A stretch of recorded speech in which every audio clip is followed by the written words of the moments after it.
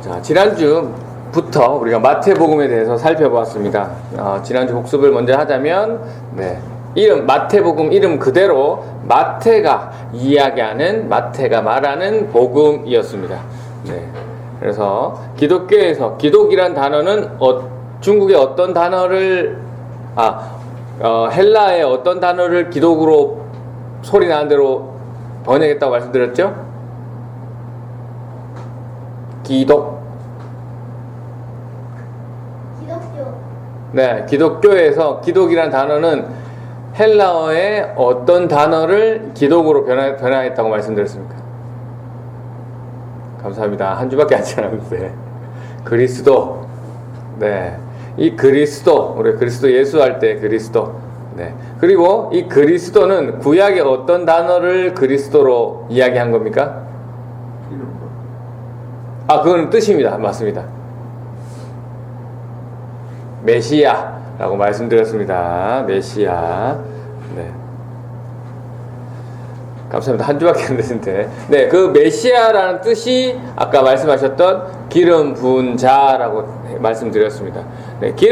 구약 당시에 기름 붓는 직분은 세 직분이 있다. 왕, 선지자, 제사장이었습니다. 그래서 메시아란 무엇이었습니까? 그리스도란, 기독이란 무엇을 얘기하느냐? 우리를 다스릴 왕이고, 우리와 하나님을 연결해 주시는 제사장이고, 우리에게 하나님의 말씀을 전해 주신 선지자를 뜻하는 단어, 예수 그리스도를 이야기한다 라고 말씀드렸습니다. 기초적인 거니까 한번 알아두시면 좋을 것 같습니다. 그리고 우리는 그러한 왕이시고 제사장 되시고 선지자 되시는 그 모든 역할을 완전하게 완벽하게 하시는 분이 우리는 예수님이다 라는 그것을 믿는 사람들의 모임이 기독교, 그리스도교가 되겠습니다. 그리고 하나님이 인간에게 자신을 나타내는 방법이 두 가지 있다고 말씀드렸습니다. 일반 계시와 특별 계시. 일반 계시는 이성, 양심, 그리고 자연 만물을 통해서 인간이 하나님을 알 수 있도록 하게 하신 거고, 또 특별 계시는 특별히 하나님께서 주신 성경을 통해서 하나님을 알 수 있게 하셨다라는 거.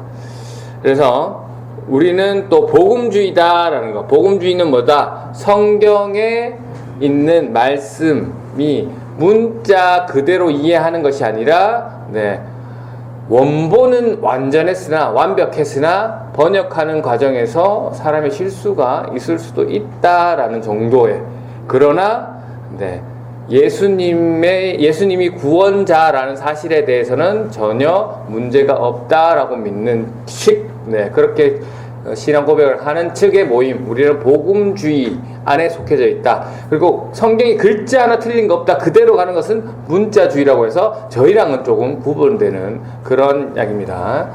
성경을 문자 그대로 해석하면 우리가 지금 어기고 있는 것들이 너무 많게 되는 거죠. 그렇게 됩니다. 그래서 성경을 읽을 때 가장 중요한 것, 문맥이다 라는 거 말씀을 드렸고, 문맥이라는 것은 단어는 뭐냐면 앞뒤의 내용의 흐름이라고 말씀드렸습니다. 그래서 성경은 오실 메시아에 대해서, 그리고 신약은 오신 그리스도에 대해서, 메시아랑 그리스도랑 같은 단어라고 말씀드렸기 때문에, 그리고 또 성경은 뭐라고 얘기합니까? 다시 오실 주님에 대해서 이야기하고 있다. 즉 성경책은 예수님에 대해서 설명하고 있는 책이다라는 거. 그래서 성경 어디를 펴도 예수 그리스도와 연결되어야 된다라는 거. 그래서 성경의 핵심이 예수 그리스도면 설교, 우리가 말씀을 풀어 듣는 설교, 그리고 말씀을 읽을 때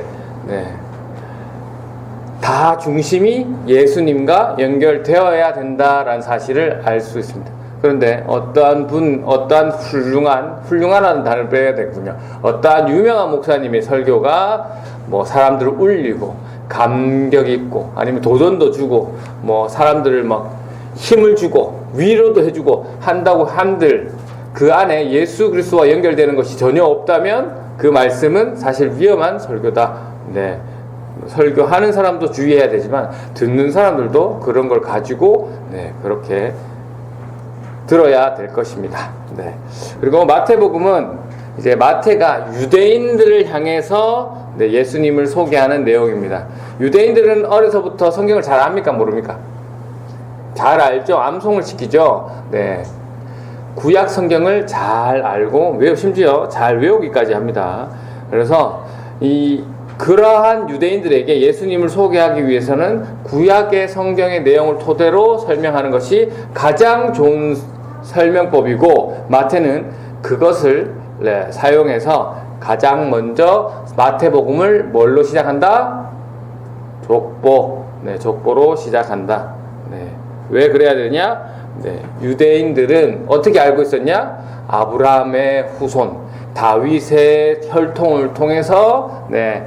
하나님께서 메시아를 보내준다라고 했기 때문에 자신들은 그 혈통에 메시아가 온다라고 생각하고 있었기 때문입니다. 뭐 나중에 오늘 주제이기도 한데요. 이게 사실은 잘못 알고 있는 내용입니다. 유대인들이. 하나님은 그렇게 말씀하신 게 아니거든요. 네. 그것에 대해서 오늘 마태가 설명하고 있습니다. 오늘 결론부터 얘기하자면 유대인들은 하나님의 약속을 혈통에 따라 온다라고 이해했는데 마태는 혈통에 따라오는 것이 아니라 네, 하나님이 그렇게 말씀하셨던 그 약속에 따라 오신다라고 이 마태복음을 설명하고 있습니다. 이거 아주 중요한 포인트입니다. 네, 뭐 기독교의 핵심 중에 하나이기도 하고요. 이게 잘못되어 버리면 네, 뭐 제한되는 게 너무 많기 때문에 우리가 이 부분 정확하게 아셔야 됩니다. 자, 마태복음 1장 1절 네, 다시 한번 읽어볼까요? 시작. 아브라함과 다윗의 자손 예수 그리스도의 계보라. 네, 우리말 성경에는 뭐가 먼저 나옵니까? 아브라함이 먼저 나오죠. 그런데 성경 원문에는 네, 뭐가 나오냐? 다윗이 먼저 나옵니다. 다윗이 나오고 아브라함이 나옵니다. 네, 성경을 읽을 때 나오는 순서 중요하다고 했습니까? 안 했습니까? 중요하다고 했습니다. 먼저 나온 것이 더 뭐합니까? 더 중요한 것입니다. 네, 먼저 나오는 것을 더 중요하고 더 강조하는 것이다 라고 말씀드렸습니다. 그렇기 때문에 성경 원문에 왜 다윗을 앞세웠냐? 네, 이스라엘 사람들이 그리고 구약을 따른 유대인들이 다 다윗을 가장 좋아하기 때문입니다. 네, 그 이스라엘 국기에도 별이 들어간 것도 다윗을 상징하는 거잖아요. 네, 그만큼 이스라엘 사람들이 제일 좋아하는 사람 딱 한 사람 골라라면 다윗, 두 번째 아브라함. 그래서 그렇습니다. 네, 그래서 이스라엘 사람들은 이 다윗이라는 것을 강조하고 이것을 하기 위해서 또 마태 역시 구약을 잘 알기 때문에 이것을 설명하기 위해서 이것을 이용했는데요. 이 유대인들은 숫자가 따로 없습니다. 아라비아 숫자가 당시에는 없었습니다. 숫자 1, 2, 3 은율이도 아는 이 숫자가 네, 당시 유대인들에게는 없었거든요. 글자로 표현하는. 그래서 이 유대인들은 뭘로 이 숫자를 표현했느냐? 자음으로 네, 숫자를 표현했습니다. 우리 식으로 얘기하면 기역이 1번이 되고 니은이 2번이 되고 디귿이 3번이 되고 이런 식입니다. 그래서 요 다윗이라고 표현된 네, 영어로 데이빗이라고 표현된 이 단어를 네, 숫자로 대입하면 4, 6, 4 이렇게 됩니다. 그래서 이것을 다 더하면 4 더하기 6 더하기 4는 얼마입니까? 네? 14죠. 네, 14가 됩니다. 그래서 성경에서 14는 다윗을 뜻하는 의미가 됩니다. 마태복음 2절부터 16절까지 족보가 쭉 나오죠. 족보가 쭉 나옵니다. 요건 다음에 볼 건데 쭉 나오고 17절에 보시면 그 족보를 정리하는 내용이 나옵니다. 한번 읽어볼까요? 시작. 그런즉 모든 대수가 아브라함부터 다윗까지 14대요 다윗으로부터 바벨론으로 잡혀갈 때까지 14대요 바벨론으로 사로잡혀간 후부터 그리스도까지 14대더라. 숫자가 뭐 나왔습니까? 14가 뭐라고요? 다윗. 그렇죠. 다윗. 네, 다윗을 강조하기 위해서 네, 14라고 마태가 맞춘 겁니다. 네, 맞춘 거예요. 네. 하나님이 다윗에게 그리고 아브라함에게 한 약속, 네, 거기 제가 성경도 찾아놨지만 내 몸에서 날 자식들을 내 뒤에 세워서 그 나라를 경고하겠다라는 약속을 하셨거든요. 네, 이 약속 마태복음을 읽을 유대인들은 잘 알고 있었기 때문에 이미 다 암송하고 외우고 있었기 때문에 마태는 이것을 통해 설명해야 됩니다. 다윗의 몸에서 날 자식들을 세워서 나라를 경고하겠다라고 하셨는데 다윗 다음의 왕은 누굽니까?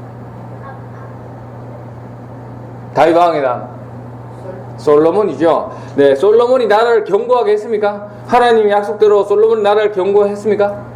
안 했죠. 솔로몬이 범죄함으로 해서 나라가 갈라지게 됐고 북이스라엘 멸망당하고 나중에 남유다도 멸망당해서 포로로 가잖아요. 네, 그러면 네, 정말 그 약속이 이루어진 겁니까? 그 당시? 네, 문자 그대로라고 해석하면 하나님 약속이 안 이루어진 게 됩니다. 하지만 네, 문자 그대로 보는 것이 아니라 네, 하나님은 길게 멀리 이야기하셨기 때문에 네, 나중에 하나님이 이 다윗의 자손들 중에 나온다는 그 약속이 예수 그리스도를 얘기하는 거구나라는 것을 우리가 알 수 있어야 됩니다. 네. 그리고 예수님의 족보가 이 14로 나눴는데 이게 역사적으로 맞을까요? 역사적으로 진짜 14 할까요? 아닙니다. 네. 마태가 의도적으로 이 다윗이라는 14라는 숫자를 뽑아내기 위해서 네, 이렇게 맞춘 겁니다. 예를 들면 마태복음 1장 8절에 한번 없으시겠지만 있으면 보면 요람은 우시아를 낳고라고 되어 있죠. 네, 요람은 우시아를 낳고라고 되어 있지만 실제로 이 역대사라 그 다음에 열왕기서를 보면 요 우시아의 다음 우시아하고 요람 사이에 3명의 왕이 더 적혀져 있습니다. 네, 그래서 마태가 요 3명의 왕을 빼버리고 의도적으로 14라고 맞췄구나라는 것을 우리가 알 수 있습니다. 우리나라 문화에서는 족보를 기록할 때 다 있는 그대로 적어야 되지 않나? 라고 생각할 수 있습니다. 그럼 이거 어떻게 믿어? 라고 생각할 수도 있죠. 하지만 유대인들 문화에서는 그렇지 않았나 봅니다. 네, 중요한 것이 무엇이냐면 3가지 정도 말할 수 있는데요. 네, 혈통의 방향성이 이랬다. 아니면 이 정체성에 대해서 그리고 신학적 메시지를 넣는 게 중요했지. 이 안에 이 숫자들이 정말 그 사람들의 숫자가 다 그대로인 거는 사실 중요치 않다라고 했기 때문에 이렇게 맞췄습니다. 그래서 그리고 또 누가복음에도 보면 예수님의 혈통이 또 나옵니다. 그런데 마태복음과 또 내용이 다르죠. 네. 그러면 뭐가 맞고 뭐가 틀리고 그게 중요한 게 아니라 아까도 말씀드렸듯이 네, 그 말하고자 하는 그러니까 누가복음에서는 누가가 자신이 예수님을 소개하고자 하는 의도대로 그 족보를 그렇게 적었다라는 것을 알 수 있습니다. 마태복음 역시 그렇고요. 그래서 족보가 이 성경이 실제 내용 그대로가 아니면 어떻게 예수님을 믿을 수 있어? 하나님을 믿을 수 있어? 성경을 믿을 수 있어? 라고 생각할 수 있습니다. 네. 저도 처음에는 이 부분에 대해서 충격을 좀 받았습니다. 여러분은 충격을 안 받으셨는지 모르겠는데 당연하다 생각하시면 괜찮겠지만 네, 저도 예전에는 성경 말씀이니까 이 성경 말씀은 하나님의 말씀이니까 안에 내용들이 하나도 틀리면 안 돼. 한 개라도 틀리면 안 돼. 무조건 맞는 말씀이야 라고만 생각했습니다. 네. 그런데 오늘 족보만 봐도 네,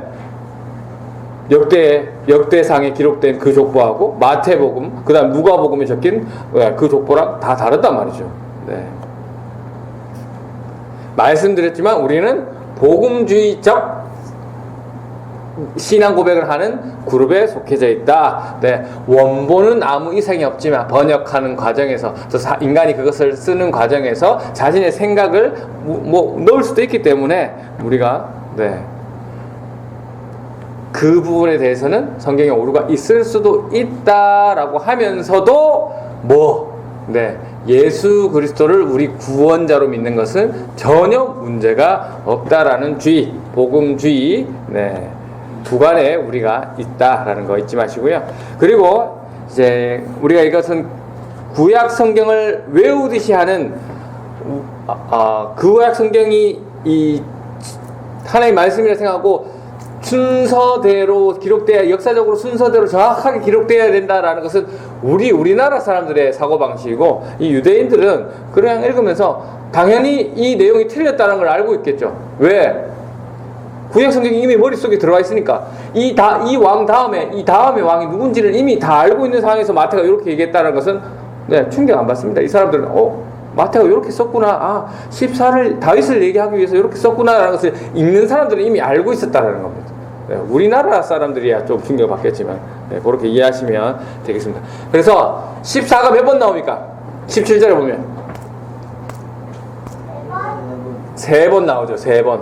성경에서 3이라는 숫자, 삼위일체 하나님, 완전하신, 완벽하신, 뭐 이런 뜻이잖아요. 그래서 14를 3번 배치하면서 마태가 말하고자 하는 것 무엇입니까?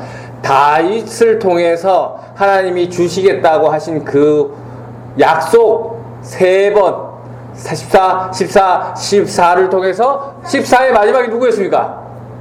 예수 그리스도였잖아요. 그 약속의 완성이 예수 그리스도다라는 숫자만 표현해도 14 곱하기 3만 표현해도 그 다윗의 완성이 예수 그리스도구나라는 것을 정확하게 알 수 있도록 읽는 유대인들은 바로 마태의 의도를 정확하게 깰 수 있는 그러한 족보의 내용입니다. 우리가 평소 족보 읽으면 누굴 낳고 하니까 재미도 없고 이거 뭐 왜 봐야 읽을지 모르겠지만, 이것을 읽은 마태복음의 의도를 읽은 유대인들은 다 알고 있었다라는 것. 그리고 이 족보의 패턴을 한번 보겠습니다. 족보의 패턴을 보면 누가 누굴 낳고 하는데 다 뭘로 되어 있습니까?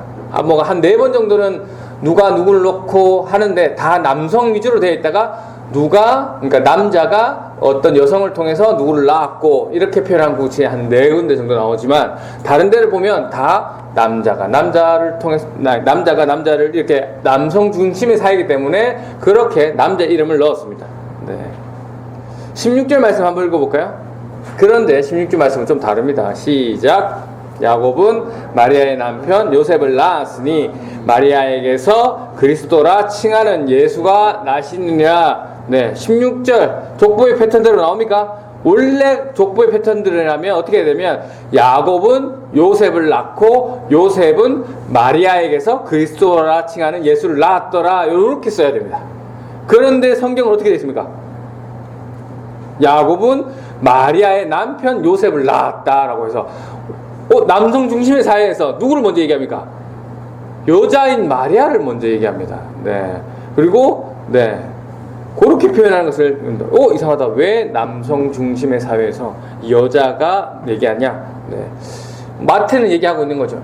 실제로는 예수 그리스도께서 요셉의 아들이 아니죠. 성령으로 잉태했잖아요.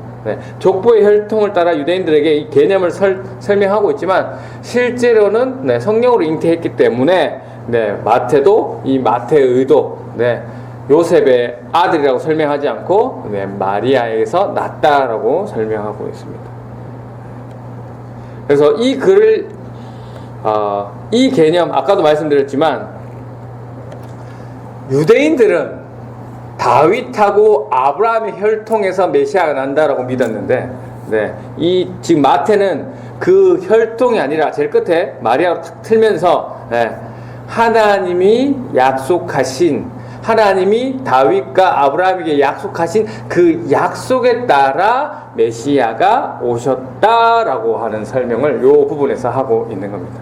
이 개념 우리에게도 아주 중요한 개념입니다. 만약에 이 유대인 혈통으로만 메시아가 온다면 예수 그리스도는, 그 메시아는 유대인들을 구원하러 오신 개념이 되어버리거든요. 그런데 이게 혈통에 따라 오는 것이 아니다, 예수님의 하나님의 약속에 따라 오신 것이다 라고 했을 때 그 개념은 확장되어서 사실 이방인에 속하는 우리에게도 이 구원이 되는 것이죠. 함께. 그리고 유대인들은 자신들의 혈통에서 메시아가 나타나고 그 메시아가 자신들만 구원해주고 자신들은 하나님이 선택한 백성이다라는 그 선민 사상에 빠졌기 때문에 그 외의 이방인들을 다 뭐라고 취급합니까? 동물 취급 네, 하잖아요. 무시하면서 네, 그런 겁니다. 이 주의 때문에 유대인들은 자신들을 발목을 잡고 있습니다. 네, 나는 아브라함의 자손인데, 난 다윗의 자손인데, 우리 혈통, 그래서 우리의 정체성이 뭐 이렇다, 이렇게 갑니다. 그런데 요거 성경과는 전혀 다른 개념인데, 오늘날 많은 그리스도인들이 이 개념을 아직도 갖고 있어요. 네. 우리는 그러면, 자, 오늘 유대인들은 혈통을 붙잡았습니다. 우리는 무엇을 붙잡아야 된다고 말씀드린 거죠, 제가? 하나님의 약속을 붙잡아야 된다고 말씀드렸죠. 자, 나는 어느 교회 출신인가 중요합니까? 안 중요합니까? 네, 그것도 혈통에 들어갈 수 있겠죠. 나는 몇 대째 신앙인가 중요합니까? 안 중요합니까? 네, 구원 받는 거랑 아무 상관없습니다. 예수님 믿는 거랑 아무 상관없어요. 몇 대째 내려오든 그 사람이 예수 그리스도를 못 믿으면, 믿지 못하면 끝나는 거지. 뭐 그거랑 그 사람 구원한 거랑 그 사람이 잘나 보이는 거랑 아무 상관없단 말이죠. 네. 나는 어릴 때부터 교회 다니니까 모태 신앙인가 아닌가? 별로 상관없습니다. 네, 뭐 아니면 뭐 어때요? 내가 1대면 뭐 어때요? 아무 상관없습니다. 나는 그것도 약간 비슷하지만 다른 개념. 나는 성경을 뭐 평생 살면서 몇 독을 했느니 이런 거 사실 하나도 안 중요합니다. 네, 더 중요한 것은 다른 거다라는 거. 뭐다? 하나님의 약속을 믿는 것이 더 중요한 것이다라는 거. 네.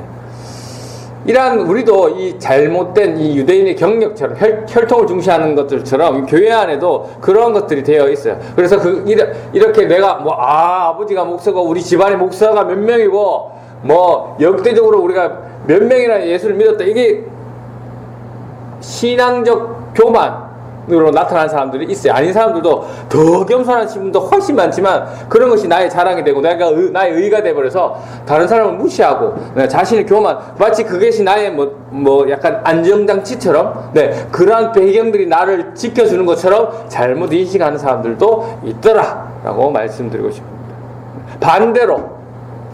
반대로 그러한 것이 안 된다고 몇 대가 아니고 내가 뭐 성경도 1년에 몇 번 못 읽고 뭐 아니면 내가 겨우 이제 하나님을 알게 돼서 믿은 지 얼마 안 됐고 뭐 그런 것들, 오히려 그런 것들을 못한 사람들이 주눅이 들어서 반대로 주눅이 들어서 저 사람은 그런 사람이고 나는 그렇지 못한 사람이고 말도 안 되게 또 그런 걸 또 비교해서 주눅 사람들도 많이 봤습니다. 하지만 그것도 하나도 중요하지 않다. 아무 상관없다. 네. 우리는 뭘로 예수님 믿는 사람이에요? 하나님이 보내주신 그 예수 그리스도를 통해서 주신 그 약속을 믿는 사람이기 때문에 그런 것들은 하나도 안 중요하다라는 거 말씀드리고 싶습니다. 믿음은 혈통으로 오는 것이 아니다라는 거. 오직 하나님이 주신 그 약속을 믿는 것으로 오는 것입니다. 자, 오늘 다음 말씀 한번 읽어볼까요? 로마서 4장 13절 말씀입니다. 시작. 아브라함이나 그 후손에게 세상의 상속자가 되리라고 하신 언약은 율법으로 말미암은 것이 아니요 오직 믿음의 의로 말미암은 것이라. 뭐라고 얘기합니까? 아브라함의 후손에게 주시겠다는 그 약속, 하나님의 약속이 그 아브라함이 언약을 잘 지켜서 율법을 잘 지켜서 얻은 것이라고요? 아니라고 하잖아요. 로마서에서 얘기하잖아요. 뭘로 얻는 거라고요? 오직 믿음 때문에. 믿음으로. 성경이 그렇게 얘기하고 있었습니다. 그렇기 때문에 이렇게 여러분의 신앙의 근거 어디에 있습니까? 혈통에 있습니까? 어떤 조건에 있습니까? 배경에 있습니까? 아니어야 되죠. 살아계신 하나님의 약속에 있어야 한다. 그리고 그 하나님의 약속 이루어집니까? 안 이루어집니까? 반드시 이루어집니다. 대신 우리가 인간이기 때문에 그 시를 우리가 알 수 없기 때문에 힘듭니다. 예를 들면 이 성경의 역사를 보면 하나님께서 아브라함에게 다윗에게 이런 약속을 했어요. 그 시대에 그 얘기를 들은 사람들은 우와 메시아가 곧 오겠구나라고 했는데 그 뒤에 어떻게 됩니까? 다윗 솔로몬이 나라를 갈라 또 뭐 북이스라엘은 하나님 잘 믿는 사람이 안 나타나서 망해. 남유다도 겨우 버티고 있다가 바벨론에 의해 망해. 그래서 포로로 가. 나라가 없어졌어. 이런 사람들, 그 사이에 있는 사람들은, 그 약속 중간에 있는 사람들은 하나님이 우리를 버렸나? 하나님이 약속을 잘못 어겼나? 이렇게 생각할 수도 있는 부분. 그 속에 있는 사람들. 하지만 우리는 그 이후의 사람들이잖아요. 그 이후의 사람들을 보면서 예수 그리스도를 통해서 그 하나님이 다윗에게, 아브라함에게 한 약속들이 완전하게 이루어졌구나라는 것을 아는 사람들이잖아요. 네. 이 약속, 이거 우리한테도 적용해 볼 수 있습니다. 네. 우리가 어떤 어려움이나 힘듦이나 고통이나 그런 환경 속에 있을 때, 나에게 이런 어려움이, 나에게 이런 아픔이, 하나님이 안 계시는 건가? 하나님 계시다면 이런 일이 어떻게 나에게, 내가 하나님을 얼마나 잘 믿는데, 내가 하나님께 드린 뭐 그런 것이 얼마나 많은데, 아니면 하나님이 정말 날 사랑하긴 하시는 건가? 네, 이렇게 생각합니다.